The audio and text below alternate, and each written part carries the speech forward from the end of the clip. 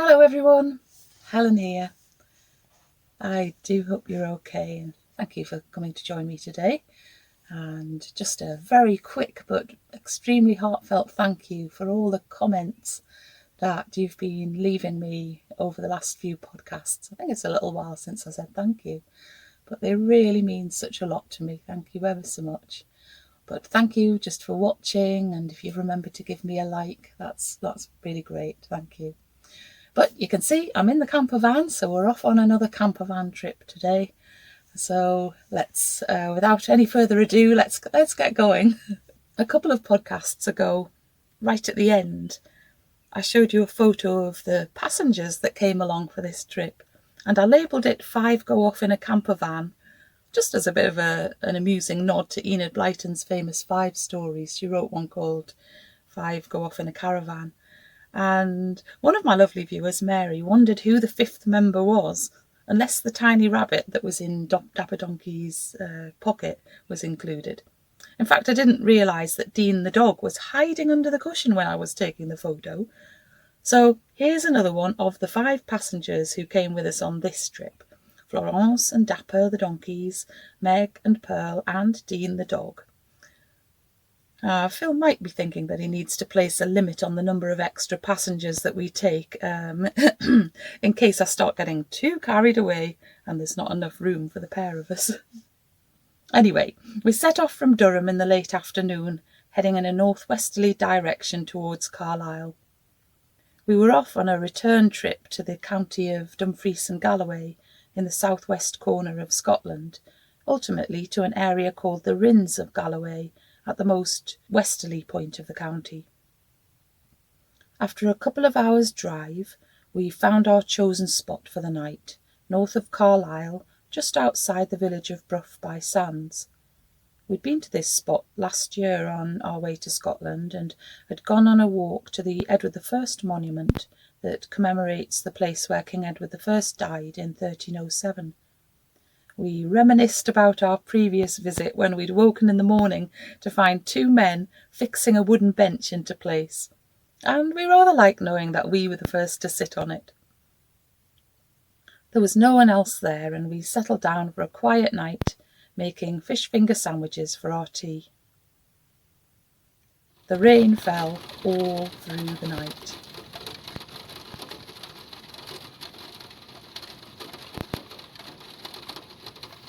But it had stopped by the time we got up and had breakfast. And this is our usual breakfast when we're away in the van, a mixture of bran flakes, crunchy cereal and sultanas with milk. Getting on our way again, we weren't surprised to find a lot of large puddles in the place where we'd parked for the night and on nearby roads that were rather flooded in places. We were soon on the motorway heading north, crossing into Scotland and driving past Gretna. Dapper and Florence hinted that they might like to take a look at the place as they'd heard about Matthew and Rose's visit there last year, but we wanted to get on and reach our first planned destination, the Devil's Porridge Museum. The Devil's Porridge Museum tells the story of a First World War munitions factory that was centred around Gretna. HM Factory Gretna was the largest munitions factory in the world during the First World War. It was Sir Arthur Conan Doyle, author of Sherlock Holmes, who came up with the phrase the devil's porridge.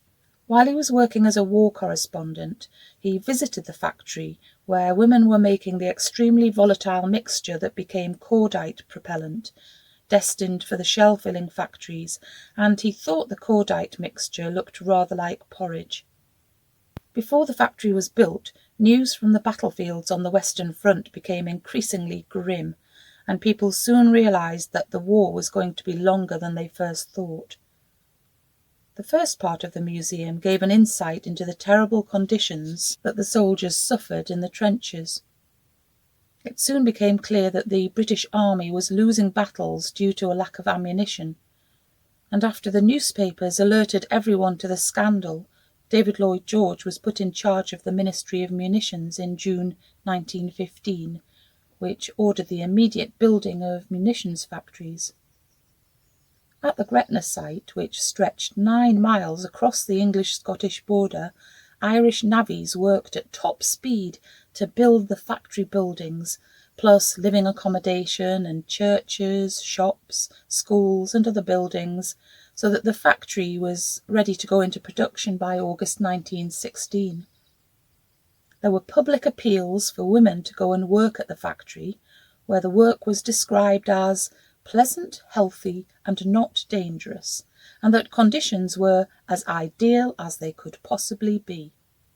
Of course, this was far from the truth, but women from near and far were attracted by the chance of earning much higher wages than they'd been used to, 3 or 4 times higher, and also the opportunity to gain some independence, as well as doing their bit for the war effort.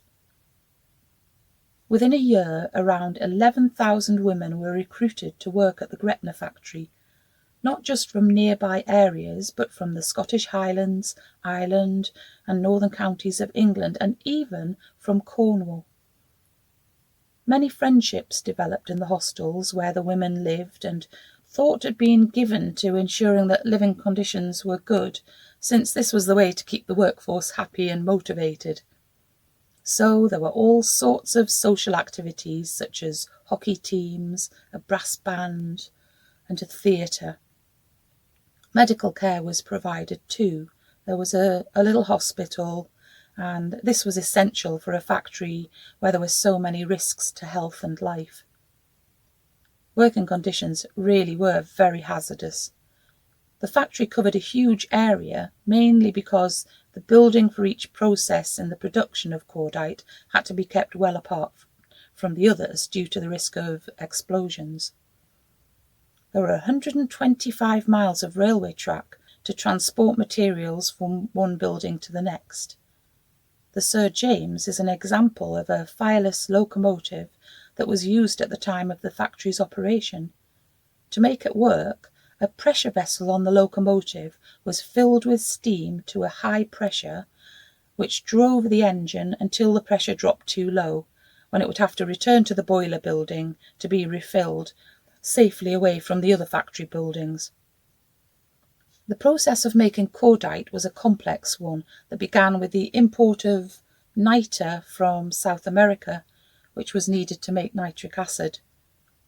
The explosive nitroglycerine was made by mixing nitric and sulfuric acids with glycerine, all of which were produced on site, and this was mixed into shredded cotton in large stoneware bowls, and then boiled and beaten into a fine pulp and then dried. This dry cordite was used to fill the shells and bullets. Although the women were given suitable work clothes to wear, a khaki suit and a mob cap, many of the photos that I saw showed women working without any protective equipment, such as masks or gloves, and there were some terrible side effects from the work that they had to do. Breathing the acidic fumes caused the skin to turn yellow, giving the munitions girls the nickname Canary Girls, and often they developed a cough or became drunk-like on the fumes. Recollections of some of the women are quite horrific. A Mrs. West said, "The particles of acid land on your face and make you nearly mad, like pins and needles, only much more so. And they land on your clothes and make brown specks all over them, and they rot your handkerchiefs and get up your nose and down your throat and into your eyes." Mary Ellen Halliday said, "Whiffs of acid would keep coming over every now and then and used to fairly take your breath away. My gums were all poisoned with the acid, and I had to have all my teeth taken out." It really is a very interesting museum with plenty of interactive opportunities. There were touch screens showing photos of life at the factory and games to help to explain the factory's processes. These were excellent and really helpful, as well as recordings of the voices of women who'd actually worked there, describing what it was like for them to be away from home working at the factory. There was also an excellent research area with archives containing things such as memoirs from some of the women who'd worked at Gretna. I really enjoyed reading some of these personal recollections. The museum also contains exhibitions on other wartime events that had an effect on the Gretna area and the wider world, covering World War II and beyond, and we were kept occupied all morning and a bit of the afternoon once we'd had a little lunch in the cafe attached to the museum. By mid-afternoon we were setting off again and decided to stop at Threeree Nature Reserve to make cups of tea in pleasant surroundings. We weren't planning to walk round the nature reserve because we'd been there on our previous visit, but when a warden told Phil that a pair of ospreys had returned to its nest on the reserve, we decided to see if we could spot them for ourselves. We were soon rewarded with our first sighting, 2 ospreys flying overhead.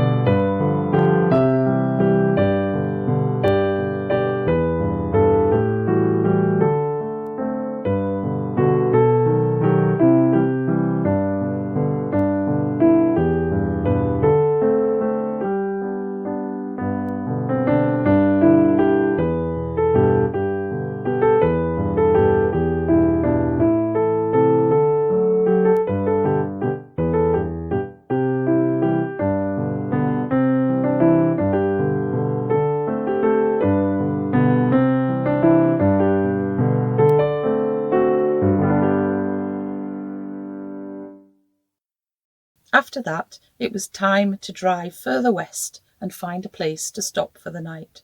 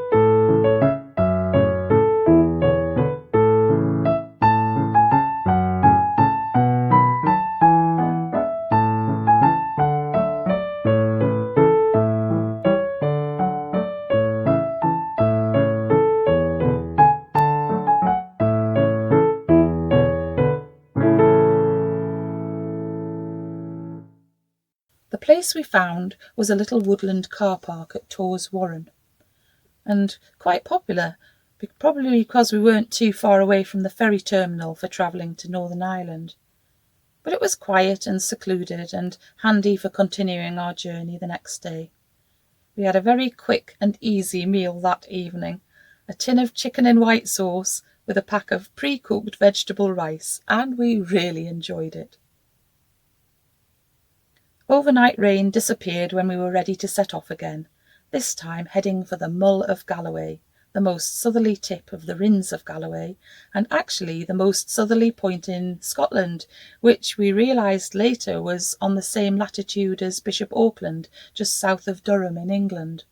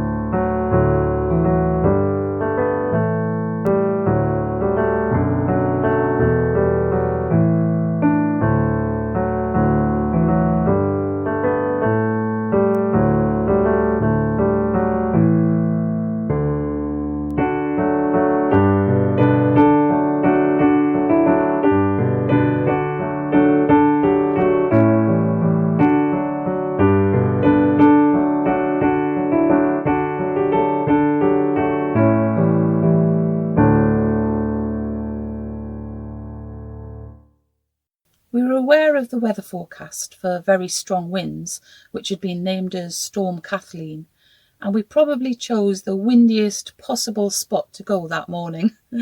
I don't think I've experienced such strong winds before. I think we were about 60 miles an hour winds, and simply trying to walk along made it feel like a great adventure. We kept well clear of the edges of the cliffs because it would have been very easy to have been blown over by the strong gusts. I haven't actually got a lot of video of the time we spent there because it was so hard to hold the camera steady. The still photos give little idea of how windy it was. The air was filled with salty sea spray and it was impossible to walk in a straight line. I clung on to Phil most of the time so that I didn't get blown away, as we made our way round to the Mull of Galloway Lighthouse. The sea looked very choppy indeed, and the wind was whipping up the water in the puddles in a way that I'd never seen before. The lighthouse was built in 1830 by Robert Stevenson, whose grandson was the writer Robert Louis Stevenson, who I've mentioned a few times before now.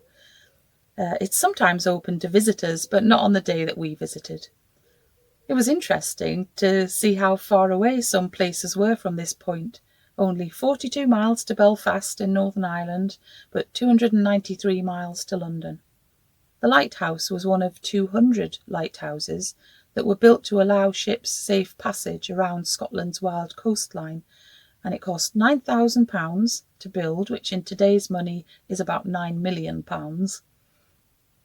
In the Second World War, a Beaufighter plane crashed in bad weather into a storehouse near the lighthouse, and all the crew lost their lives. There's accommodation where the lighthouse keepers and their family lived, and a large walled garden where they grew as much food as they could. The Northern Lighthouse Board encouraged the keepers to be as self-sufficient as possible. The garden was actually used as a setting for the film The Vanishing in 2018, which was about some lighthouse keepers who mysteriously disappeared. A true story, actually. Today, the garden is gradually being restored and looked after by volunteers. The path around the garden walls led to the foghorn, but it was the windiest possible position, so we decided it wasn't especially safe to walk down to it. But we did stand and admire the stormy sea for a little while. We spent a little time in the RSPB building, chatting to a very friendly warden about birds and other flora and fauna that find a home on the Mull of Galloway. Apparently, the wildflowers are particularly beautiful in May. It was a relief to go inside the cafe. a lovely building with views over the coastline. We had some lunch in there, toasties and soup and scones with jam and cream, which we ate whilst thinking of some lovely Kofi supporters who wanted to treat us while we were out and about in the campervan. So thank you ever so much. We returned to the van and found that we couldn't see out of the windscreen due to the salt crystals that had formed. There must have been so much salt water in the air due to the high winds. We cleaned the windscreen, then got on our way again, enjoying some fabulous coastline and countryside and sunshine.